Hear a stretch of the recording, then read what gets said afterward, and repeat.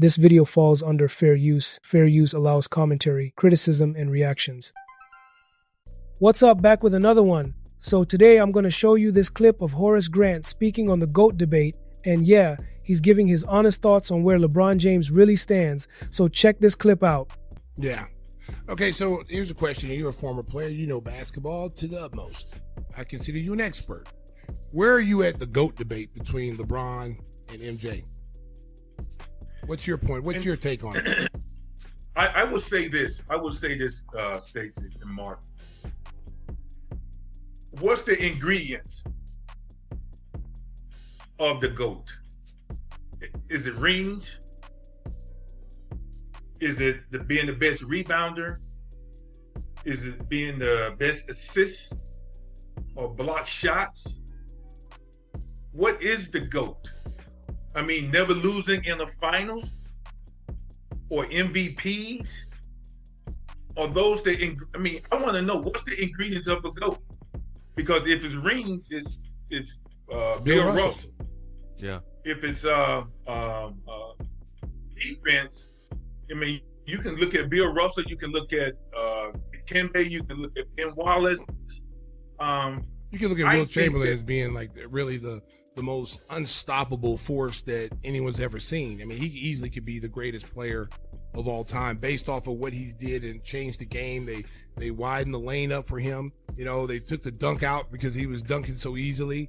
Kareem could also be in that conversation. He had the most unstoppable skyhook that for the like 30 years. You know, I mean, so there's different criteria, but I think when you look at it, it's like, you know, it's kind of like, I mean, really, you can go with any of those guys, but when you're starting, the main conversation is always going to be Kobe.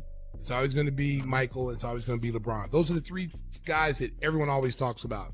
And so I say what separates those three guys is first you got to look at, you know, finals. You know, Kobe's got 5 rings. MJ's got 6. MJ was 6-0 in the finals. LeBron is, you know, what, 4 and 6. 4 and 6 in the finals. You know, his argument is I've been to 10 finals.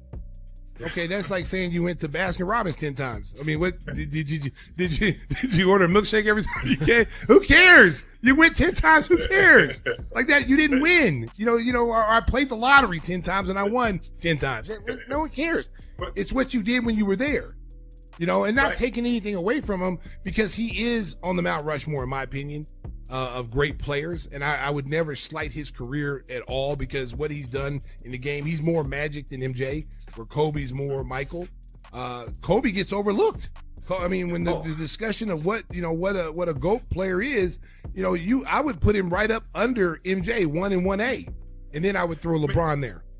I tell people. You play with both. I tell people all the time. I mean, if you have to pin me down to be to pick my GOAT, it would be MJ. You can tell he's not buying into the hype around LeBron being the automatic GOAT. I was, in all respect to LeBron and Kobe, and you know, and many other players that you can argue say is the GOAT, but I've seen Kobe Bryant.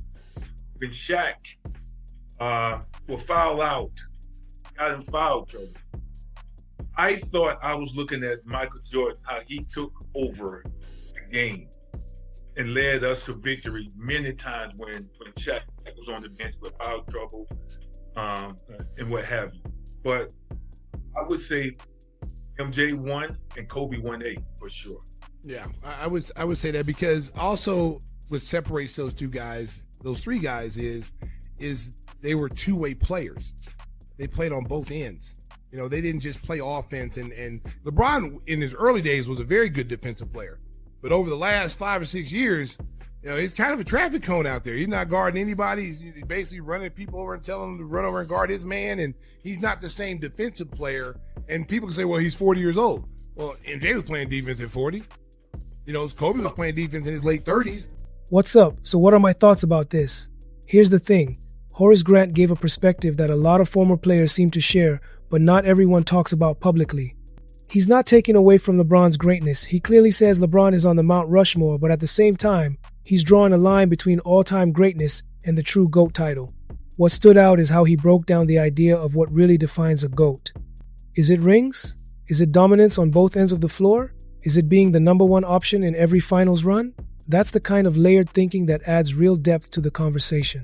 When he mentions MJ being 6-0 in the finals and always being the guy that closed the deal, that says something. And when he talks about Kobe stepping up when Shaq was out, taking over games and locking in defensively, that's the full package. LeBron has had an incredible career, no doubt.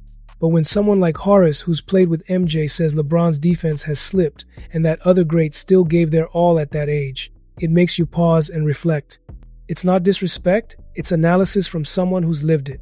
He also talks about Kobe being overlooked in the conversation, which is true. A lot of fans jump straight from Jordan to LeBron, skipping over someone who mirrored MJ in so many ways and backed it up with 5 rings.